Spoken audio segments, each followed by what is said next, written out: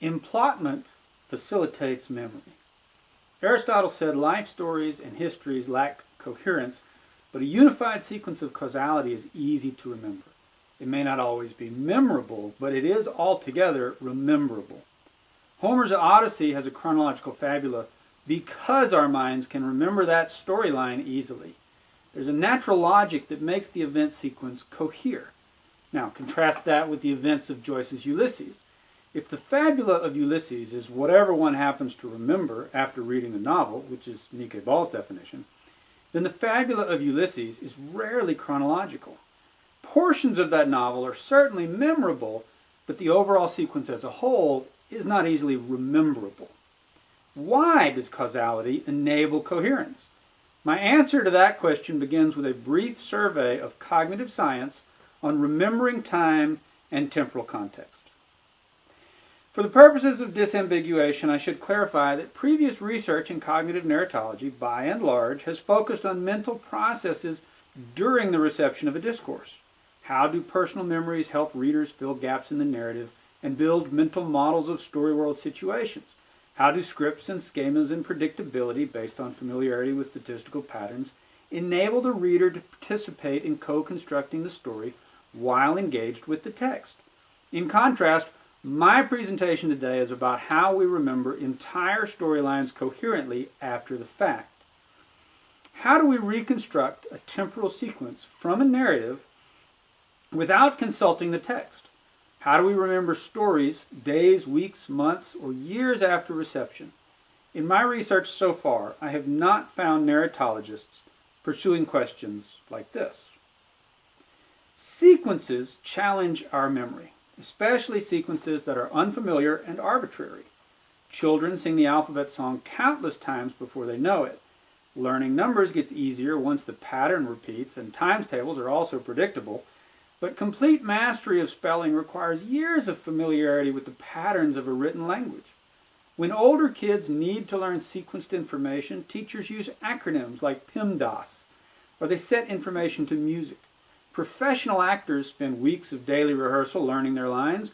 Homer used rhythm and meter and other techniques to help perform his recitations. At the upper limits of human performance, highly trained memory athletes compete to memorize 100 random words or digits or multiple decks of cards. These illustrations prove one simple point. The challenge of remembering information sequentially always stretches our cognitive limits. The brain's mnemonic limitations have been scientifically measured. In a famous 1956 paper, The Magic Number 7, plus or minus 2, psychologist George A. Miller determined that most human subjects could hold approximately 6 to 8 items in mind at once, in what cognitive scientists refer to as working memory, aka short-term memory. But that same capacity expands when information is organized in some way. Miller's subjects could memorize 7 two-digit numbers about as easily as 7 one-digit numbers, and thus recall 14 digits. Miller called this chunking. Recall 7 words, and you've recalled dozens of letters. Joshua Foer remembers a 16-digit string, 12071941091120001, just by thinking Pearl Harbor and 9/11. The same kind of chunking, or information compression, explains memorized acronyms, familiar spelling patterns, expertise in chess, and even the cognitive schemas we use for gap filling. Unfortunately, none of this helps us remember narrative emplotments. What Miller's research does helpfully demonstrate is that human remembering capacity is enhanced when mnemonic content happens to be organized. Cognitive science also tells us that remembering is constructive. According to memory researchers from F.C. Bartlett to Daniel Schechter, the term constructive remembering indicates, 1, that we typically recall bits and pieces of information, and 2, that each act of remembering requires us to reassemble those bits and pieces in order to constructively remember one coherent whole. So, for example, you might remember Beowulf fought 3 monsters, but which ones? In which order? And how do you know? Without referring to the text, our minds can only work with whatever pieces we happen to recall. If we need more than the magic number 7, we are pushing the limit. But it does, of course, help when one bit can remind you of another. The final obstacle to overcome is time. How do we reconstruct memories chronologically? How does one mentally reconstruct the timeline? According to William Friedman in 1993, remembering the time of an event depends upon whether or not recalled information happens to include some aspect of temporal context. If you drove to the airport and met someone at their gate, that memory belongs before 9/11. If a big birthday party took place in your old living room, you can date that event to before you moved out. If you had a big gathering of friends and no one was wearing masks, it was at least a year ago.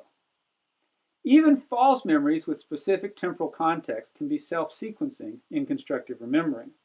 But whether true or false, memories which do not imply their own sequence in relation to some other memory are extremely unlikely to be sequenced during constructive remembering. At least one recalled event must remind you of what happened before and or after itself. Otherwise, we are back to rehearsal, memorization, and familiarity, none of which are granted via narrative emplotment. On that note, we return to causality.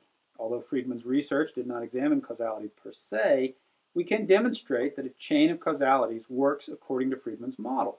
Recalling one single cause or effect evokes the rest of the chain, which maximizes recall, and consequences logically imply their own sequence.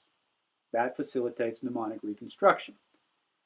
Recalling, for example, that Paris sees Helen in Sparta can remind us that Troy burns to the ground. In our minds, one domino knocks down all the others. It's not whether Paris arguably did cause Troy to burn, but if our minds once encoded that information as such, we can utilize the inherent structure. Thus, causality accommodates our natural cognitive limitations for constructively remembering a storyline. To examine this more precisely, consider E.M. Forster's classic formulation, the king died and then the queen died of grief. Recalling the queen's death without recalling her grief provides too little information. Did the king also die? Which one of them died first? The pieces must all be recalled before working memory can rebuild the whole puzzle. Without recalling her grief, we must either recall the words "and then" from the original discourse, or we must recall the fact that we once read about these two deaths in the same sentence. We can labor greatly to sequence these events and not achieve coherence.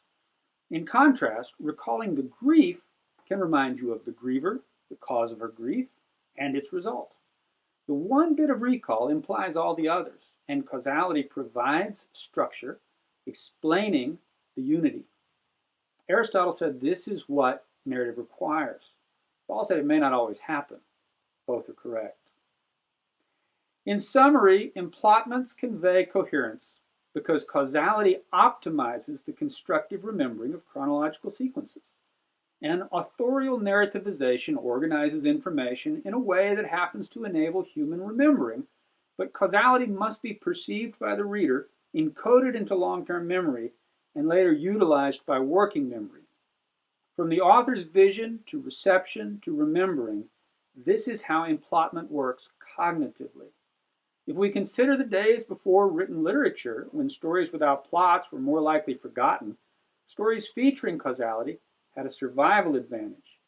In the evolutionary sense, it would seem, storytelling developed by natural selection to favor content which accommodates our cognitive limitations. Of course, further questions remain. Is plot unique in this way, or do other conventions accommodate chronological remembering as well? Well, characters demonstrate developmental progress, settings register movement across distance, and conflict indicates a disruption of expectations, the traumatic loss of potential. The memories of such content may, therefore, imply their own temporal sequence. Further research is pending, but it seems possible that all four of these narrative foci have evolved for the same reason. If so, then perhaps all of storytelling originated as the natural byproduct of attempting to remember actual human events. Perhaps story is, quite simply, what memory makes after paying attention to change.